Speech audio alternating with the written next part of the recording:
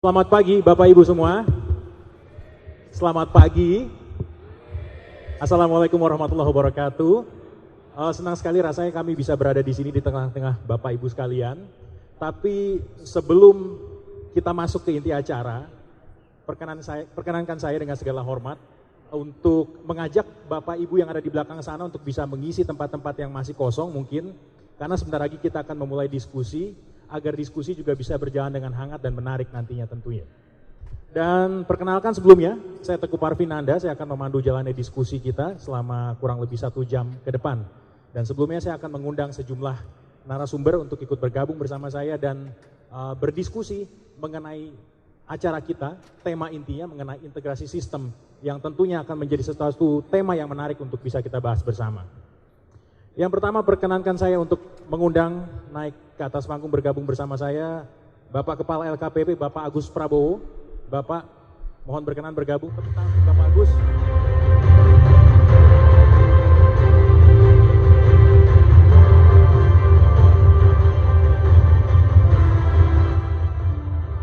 Kemudian yang berikutnya kami juga undang Gubernur Provinsi Daerah Istimewa Yogyakarta yang kali ini diwakili oleh Sekretaris Daerah Bapak Sulistyo. Silakan Bapak. Kemudian yang berikutnya kami juga mengundang Kementerian PPN, Bappenas, yang kali ini diwakili oleh Deputi Menteri PPN Kepala Bappenas Bidang Pemantauan Evaluasi dan Pengendalian Pembangunan Bapak Rizky Ferianto.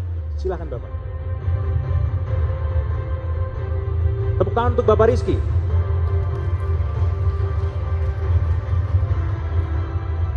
Yang berikutnya kami panggilkan mewakili Kepala BPKP, Deputi Bidang Pengawasan Penyelenggaraan Keuangan Daerah BPKP, Bapak Gatot Darmasto. Bapak Gatot silakan. Kemudian mewakili Kementerian Dalam Negeri kami panggilkan Direktur Jenderal Bina Pembangunan Daerah Kementerian Dalam Negeri, Ibu Diah Indrayati.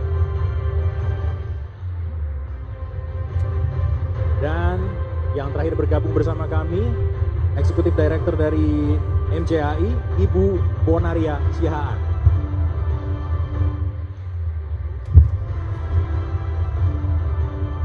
Silakan menempati tempat duduk yang telah disediakan.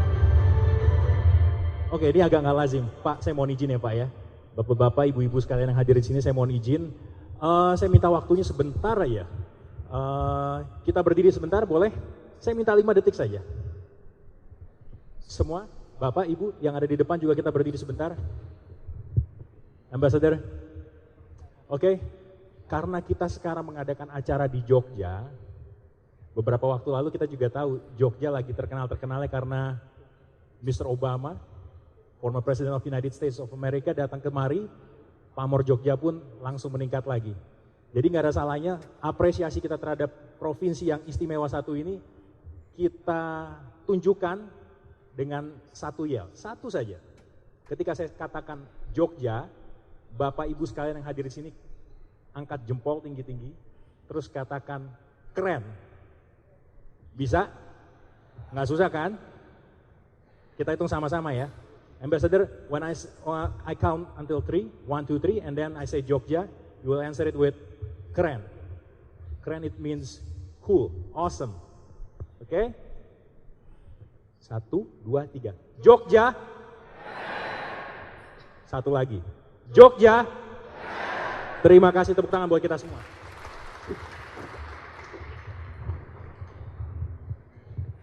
Sambil diisi Bapak Ibu, ada tempat-tempat kosong, mohon maju ke depan, diskusi kita bisa berjalan lebih hangat tentunya dengan kondisi seperti itu. Bapak-bapak sekalian, Ibu, kita tahu bulan depan kita akan merayakan, memperingati proklamasi 72 tahun Indonesia Merdeka. Satu hal yang kita syukuri, yang kita banggakan adalah dalam kondisi seperti itu, bangsa kita tidak pernah berhenti untuk berinovasi. Apa yang menjadi alasan kita berkumpul adalah juga bagian dari inovasi itu. Nah, kalau saya ingin mengajukan pertanyaan pertama kali tentunya, kalau kita bicara soal pembangunan, lokomotifnya bisa ditebak, Kementerian PPN, Bappenas tentu menjadi lokomotif di sini. Pak Rizky, kalau kita bicara soal integrasi sistem yang sekarang sudah ada di depan mata kita dan bagaimanapun kita tidak bisa menampik lagi, tidak bisa menghindar. Ini sudah menjadi satu keharusan. Apa kira-kira yang ada dalam roadmap yang telah disiapkan oleh Kementerian PPN atau Bappenas dalam hal ini? Terima kasih Pak Andri, Pak. Andri. Silakan. Terima kasih Pak Andri. Pertanyaan yang bagus. Sudah menyala Bapak? Bisa Pak, silakan. Pertanyaan yang bagus saya kira mengenai roadmap kita ke depan, mengenai integrasi, terutama khususnya mengenai perencanaan penganggaran. Pada tahun 2017 ini sebetulnya sudah keluar PP dari Presiden, peraturan pemerintah mengenai perencanaan penganggaran, mengkonsolidasikan perencanaan penganggaran dengan Kementerian Bappenas dan Keuangan. Khususnya untuk perencanaan saya kira kita dengan LKPP mencoba untuk harusnya ke depan ini duduk bersama untuk membuat satu perencanaan yang betul-betul siap untuk dilaksanakan pada tahun yang bersangkutan. Dan itu sebetulnya harusnya sudah dilakukan dari dahulu-dahulu sebetulnya. Tapi yang namanya perencanaan itu setiap tahun dilakukan, tapi setiap tahun juga kendala-kendala mengenai kesiapan readiness dari proyek itu belum terjadi. Nah ini saya kira LKPP dan Bappenas harus duduk bersama untuk bekerja supaya T-1 atau T-2 itu terjadi. Saya kira itu intinya supaya kita bisa mempercepat kegiatan-kegiatan pengadaan agar ekonomi bisa berjalan dengan lebih baik. Saya kira itu yang ininya Pak. Kalau kita berbicara satu hal kan Pak ya, resistensi biasanya besar ya Pak ya. Tentunya di samping rasa optimisme kita juga harus realistis berhadapan dengan kendala. Tadi Bapak pun sudah menyebutkan soal itu. Nah secara real Pak, tentu sudah diinventaris ya Pak ya, apa yang menjadi kendala. Mungkin bisa dipaparkan kepada kami, disampaikan kira-kira sejauh ini apa saja yang menjadi kendala. Kendala yang paling besar selama ini yang pelan-pelan harus kita selesaikan adalah masalah koordinasi. Yang paling utama adalah masalah koordinasi antar lembaga, antar kementerian lembaga. Yang kedua adalah kesiapan dari KL untuk merencanakan kegiatan-kegiatannya ke depan. Karena itu kesiapan itu saya kira akan mempengaruhi nanti kegiatan-kegiatan selanjutnya saya kira. Kesiapan itu bisa kita artikan sebagai antusiasme dari masing-masing kementerian lembaga atau bagaimana? Saya kira begitu. Itu yang penting. Jadi sebetulnya pertama kita bicara mengenai kualitas belanja, makin lama kita harus bicara mengenai kualitas belanja. Kualitas belanja itu semakin lama harus kita tingkatkan. Karena kalau kita bicara kualitas belanja berarti kita bicara mengenai keseriusan kementerian lembaga untuk melakukan pendetilan secara baik untuk kedepannya. Saya kira itu Pak. Tapi soal ini masih jadi prioritas untuk PPN Bappenas ya Pak ya? Apa itu? Hal ini masih jadi prioritas tentunya ya? Saya kira ya. Kalau kami katakan, iseng-iseng Pak pertanyaan saya, 1 sampai 10 prioritas kalau sudah dalam bentuk daftar, kira-kira ini ada di bagian keberapa Pak? Yang nomor 1 saya tahu pasti ada wacana soal pemindahan ibu kota kan? Iya. Iya bukan? Ya, tapi kalau misalnya yang lain, ini termasuk kira-kira dalam 10 besar prioritas tidak? Yang mengenai integrasi sistem termasuk juga bagaimana nanti kesiapan dari Kementerian Saya kira lembaga? itu adalah necessary condition Pak. Jadi syarat mutlak untuk melakukan prioritas-prioritas selanjutnya. Yang persiapan pengadaan barang dan jasa itu adalah necessary condition untuk semua kegiatan yang ada. Tidak bisa tidak ya tidak Pak ya kira-kira. Tidak. Nah Bapak Ibu tadi sudah bisa kita garis bawahi Kementerian PPN, Bappenas dalam hal ini sebagai motor, lokomotif untuk bisa memimpin jalannya pembangunan juga sudah punya garis yang sama bahwa ini adalah satu kebutuhan dan tidak bisa untuk dihindari juga. Begitu kira-kira Pak ya. Oke. Nah, kalau kita bicara saya mau bertanya ke Pak Gatot. Pak Gatot, kalau kita manggil Pak Gatot, termasuk institusinya, biasanya orang kebayangnya sama audit ya Pak ya. Agak serem kok dengar audit ya Pak. Iya nggak sih Pak? Audit internal, ya. Audit internal oleh BPKP, eksternal auditnya oleh BPK. Ya. Begitu ya Pak ya. Nah kalau mungkin kita bertanya-tanya, saya pribadi Pak juga bertanya-tanya, BPKP di tengah proses yang lagi berjalan ini Pak, di mana sih Pak posisinya? Kontribusinya akan seperti apa nanti kalau seandainya BPKP masuk ke dalam sistem ini, ada di mana Pak? Ya, terima kasih.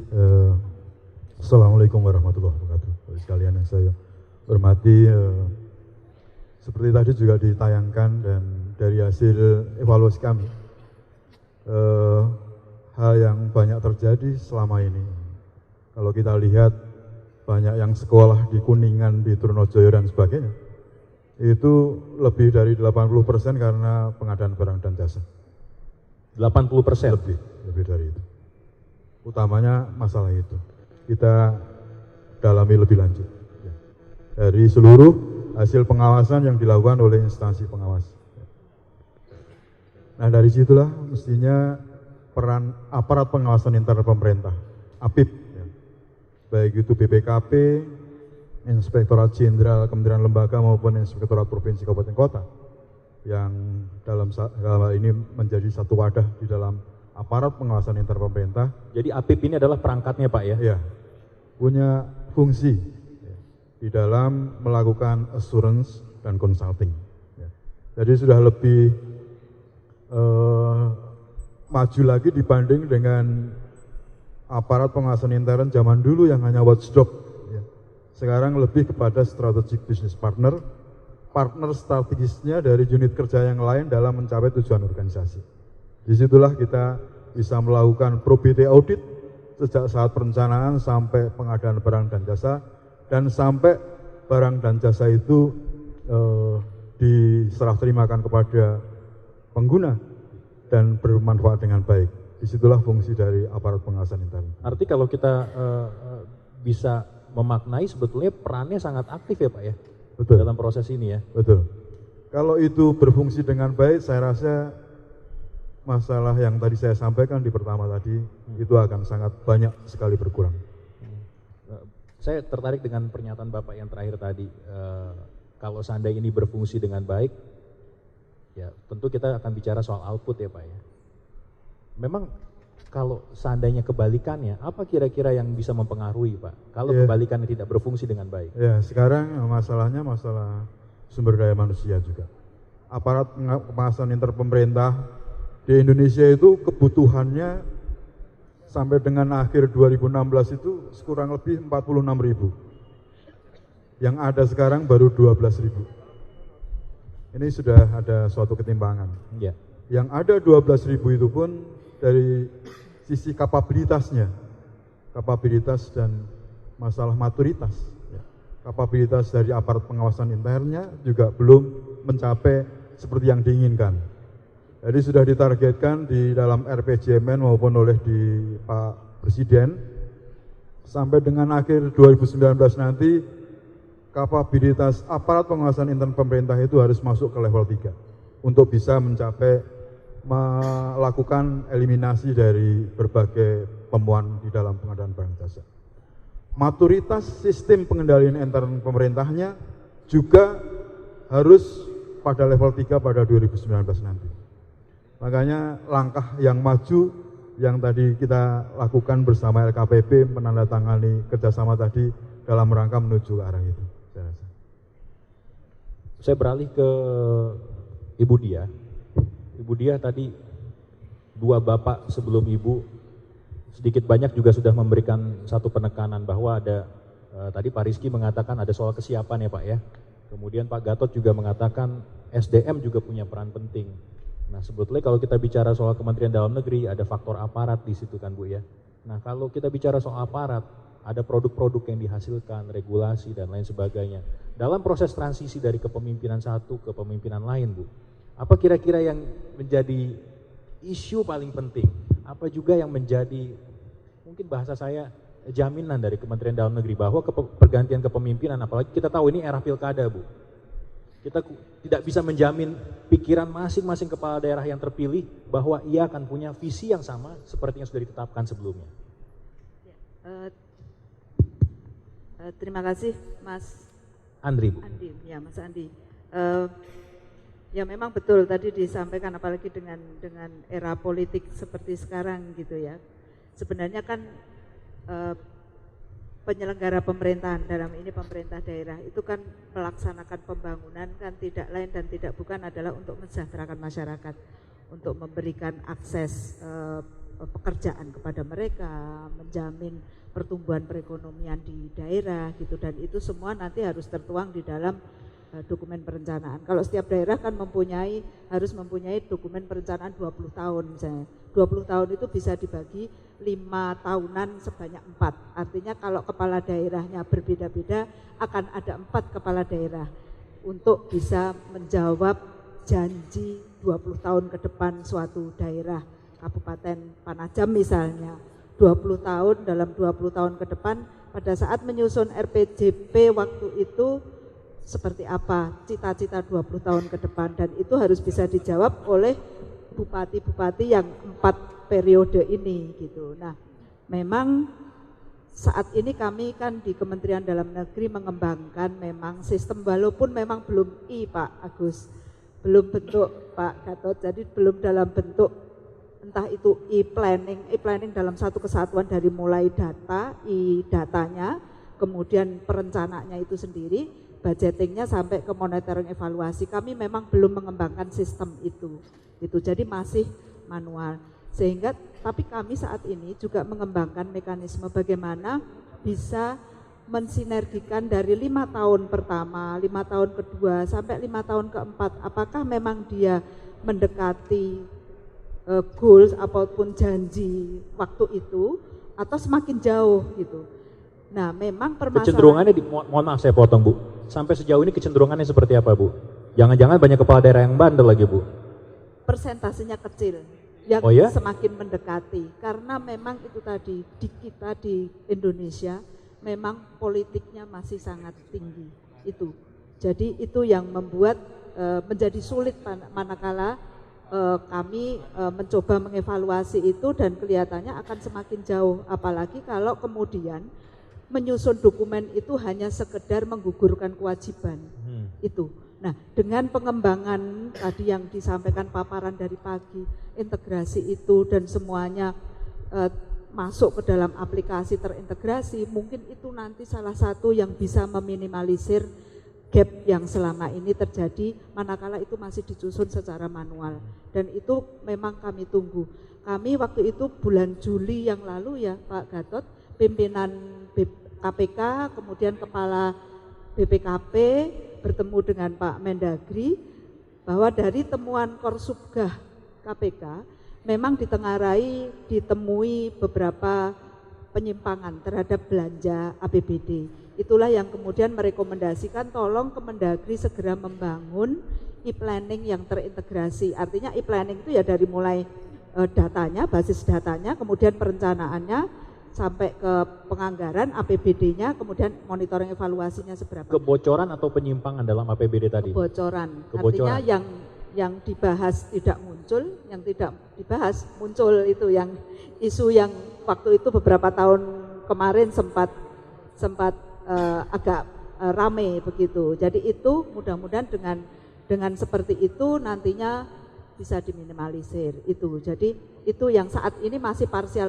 kami yang mungkin sudah bisa dilihat di webnya Kemendagri adalah sistem informasi pengelolaan keuangan daerah sudah ada secara elektronik.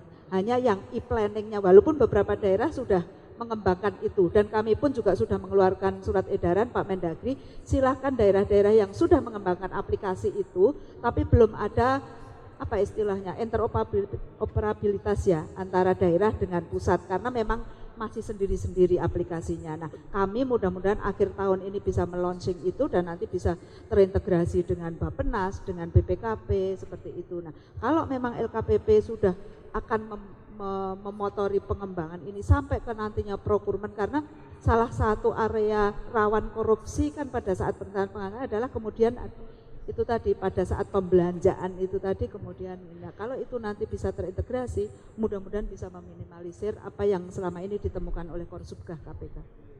Tapi bukan berarti nggak bisa kejadian ya Bu ya? Harusnya bisa, harusnya. Karena kita udah bicara dalam tataran harus ya Bu ya? Harusnya bisa Pak. Harusnya. Nah kalau kita bicara soal tadi beberapa daerah yang sudah mulai mengembangkan, ruang untuk mereka mengembangkan juga sudah mulai dibuka luas oleh pemerintah pusat, dalam hal ini Kementerian Dalam Negeri. Nah ada nggak Bu daerah-daerah tertentu yang memang sudah dijadikan inilah adalah percontohannya, inilah yang harus diikuti oleh daerah lain?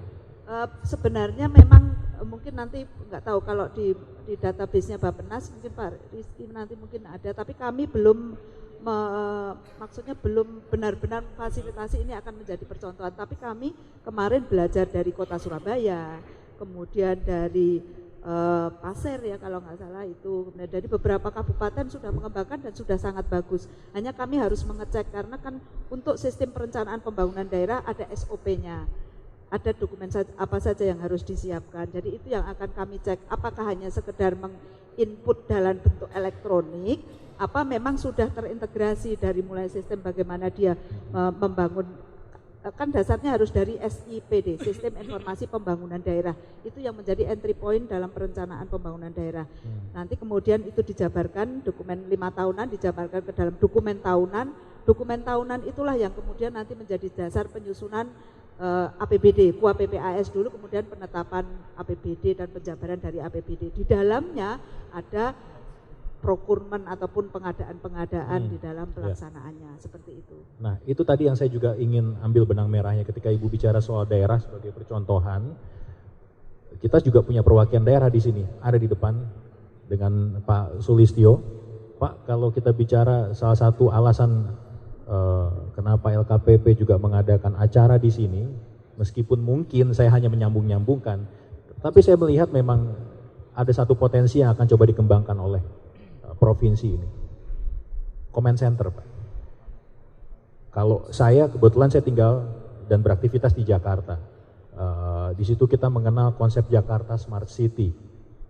Segala hal bisa terpantau, segala hal bisa terlihat, pemerintah pun lebih mudah untuk bisa melakukan eksekusi dan langkah-langkah yang harus diambil.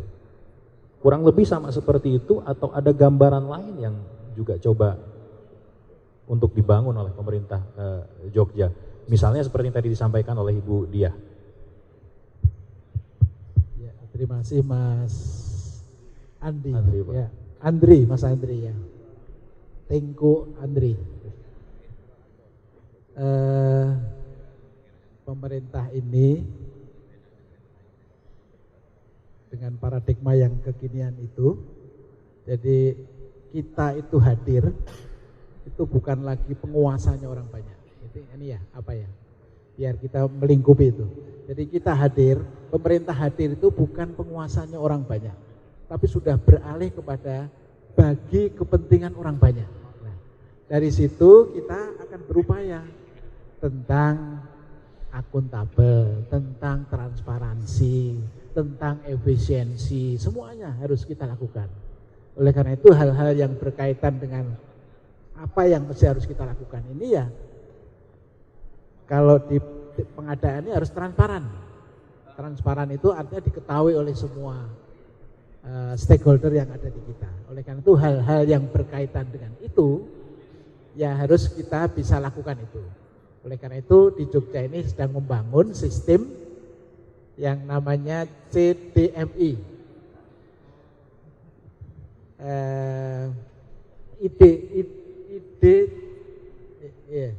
Integrated Development Management Center.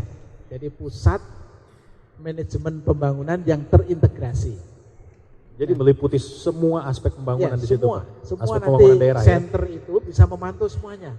Misalnya kalau sekarang ini sistem perencanaan, ada sistem perencanaan, kemudian ada sistem keuangan daerah. Dari perencanaan itu kan menjadi program-program itu tentu akan muncul angka keuangan daerah. Kemudian pelaporan, monet. Kemudian kita harus juga menyampaikan tiap tahun itu misalnya ya, hampir setiap tahun kita menyampaikan kepada SKPD. Teman-teman itu menyampaikan SKPD untuk mengumumkan mana saja sih SKPD yang mengadakan pengadaan barang itu apa saja. Loh, sebetulnya di perencanaan kan sudah ada. Sehingga kalau itu sistemnya terbangun, itu sudah muncul sebetulnya. Sehingga tiap tahun itu Pemda ingin melakukan pengadaan barang sekian banyaknya dari masing-masing SKPD. Nah kalau itu sistem itu terbangun, terintegrasi, orang bisa melihat perencanaannya kayak gini loh, keuangannya kayak gini. Kemudian muncul di situ item-item barang-barang yang memang harus kita adakan dengan pengadaan barang. Nah itulah yang sekarang ini diharapkan itu dimunculkan ke masyarakat. Pengadaan barang apa saja sih yang mau dilakukan oleh pemerintah itu muncul di sana. Nah kalau seperti itu kan saya kira dengan elektronik kita, IT kita mampu sebetulnya untuk melakukan itu. Seperti tadi sampaikan oleh Bapak Gubernur, untuk melakukan integrasi sistem pemerintahan yang ada di kita. Tadi Pak Agus agak komentar, lah ya pelan-pelan lah, nanti ya mungkin Pak Agus ya, Pak Agus berapa? Pelan-pelan ya, tapi kan harus menuju ke sana. Tapi apa dulu, kemudian ini, misalnya yang kecil tadi saya sampaikan, setiap kita kirim surat, Sekda kirim surat kepada SKPD, mohon untuk bisa mengirimkan pengadaan barang yang dilakukan oleh SKPD. Dan sebenarnya kan tidak perlu lagi, di sistem itu sudah ada, sudah tinggal muncul, tinggal nyentangi ini. Nah, kalau sistemnya terbangun, ya akan muncul sendiri. Tiap tahun itu di daerah istimewa Yogyakarta, di Pemda akan melakukan pengadaan ini. Itu sudah akan muncul dengan sendirinya. Kalau sistem itu bisa dibuat sedemikian rupa. Nah, saya kira apa sih yang tidak bisa dibuat dengan sistem sehingga dengan sistem tertentu sehingga nanti muncul. Nah, sehingga ya kalau orang ingin melihat ya klik pengadaan di DIY, orang umum sudah bisa melihat. Ini bentuk-bentuk transparansi kita kepada masyarakat. Gitu. Saya senang kalau dengar omongan tadi Pak Sulistyo. Beliau bilang apa sih yang nggak bisa dibuat oleh sistem ini? Apa sih yang nggak bisa dirintis? Apa sih yang nggak bisa diadakan? Itu optimisme loh Pak. Dan kita rasanya pantas untuk bertepuk tangan untuk itu. Boleh saya undang Anda semua untuk bertepuk tangan? Ini optimisme karena bagaimanapun, ya kita bicara soal kuantitas orang yang ada di sini ada 6, tapi kita bicara soal aparat, institusi, kelembagaan dan lain sebagainya, jumlahnya jauh lebih banyak dari itu. Kalau di setiap kepala punya pikiran yang sama, saya yakin ini semua bisa terjadi, begitu ya Bapak Ibu kira-kira ya. Tadi saya lihat gesture yang menarik antara Pak Sulistyo dengan Bu Dia. Pak kok kayak laporan sama kepala sekolah Pak? Beliau kan atasan kita. Rapotnya emang jelek Bu? Boleh di-share mungkin, gimana sih rapotnya kalau provinsi yang satu ini? Ya mungkin bisa jadi motivasi untuk daerah lain juga kan ya, untuk stimulus. Ya DIY salah satunya, hanya masih punya PR nih salah satunya. Tadi terkait dengan barang jasa seperti itu ya, karena kan sekarang dengan Undang-Undang 23 banyak urusan yang dialihkan dari kabupaten ke provinsi, kemudian dari provinsi ke pusat itu. Nah aset tadi sudah disinggungkan, kalau ini semua nanti elektronik sebenarnya akan lebih mudah gitu tercatat. Tadi Bapak juga sampaikan tinggal narik saja apa-apa mana sih sebenarnya yang ini merupakan belanja untuk pengadaan, mana yang bukan gitu, tinggal ditarik dari RKA sama DPA-nya kan kelihatan. Jadi nggak usah lagi minta-minta seperti tadi disampaikan gitu. Nah, aset juga akan kelihatan. Ini dulu dibelinya dari APBN atau dari APBD, nanti akan kelihatan dari situ. Saat ini kan kita sulit untuk dengan pengalihan urusan itu menjadi sulit dan masih banyak aset yang harusnya miliknya pemerintah pusat akhirnya diperdakan karena merasa itu sudah ada di daerah, atau harusnya itu milik daerah, pusat merasa loh ini dulu kami biayai dengan APBN padahal dulu ada dekon ataupun TP seperti itu. Jadi ini yang kemudian menarik juga yang disampaikan Bu Dia. Jadi kita kan dikewajiban untuk mencatat segala aset-aset yang kita beli itu. Ya. Setiap saat kita minta loh laporan dong ke kita gitu. Nah, tapi kalau itu dilakukan secara sistem, ya tidak perlu laporan, tinggal nulis saja di bagian aset itu, nanti akan muncul di orang yang melihat di aset itu, yang orang mencatat tinggal nyatat gitu. Tidak perlu nanti, wah belum sempat dilaporkan sehingga tidak tercatat ya. Itu yang harus kita mulai kurangi, hal-hal yang melewati manusia dengan manusia itu harus kita hilangkan, nanti lihat sistem gitu. Sehingga siapapun yang melakukan pengadaan barang, sudah nulis barangnya ini, kemudian yang bagian pencatatan aset itu ya nanti akan menerima laporan itu, nanti tinggal nulis, jadi sistemnya mengalir gitu. Kalau sekarang kan masih parsial, mengadakan sendiri barangnya, kalau belum dilaporkan nanti ya nggak dicatat kan gitu. Ini yang mungkin kalau itu lewat sistem yang terintegrasi, mudah-mudahan ini akan mengurangi hal-hal yang tidak bisa terlaporkan tadi, sehingga semuanya nanti bisa, ya sekarang kan wajar WTP, karena WTP itu kadang-kadang juga karena loh barangnya ini dibeli kok belum tercatat, itu juga menjadi catatan untuk tidak menjadi wajar tanpa pengecualian. Itu kan bentuk-bentuk keterbukaan dan bentuk-bentuk good and clean governance. Ya. Betul. Boleh menambahkan? Silakan Pak Gatot. Terima kasih Pak Moderator.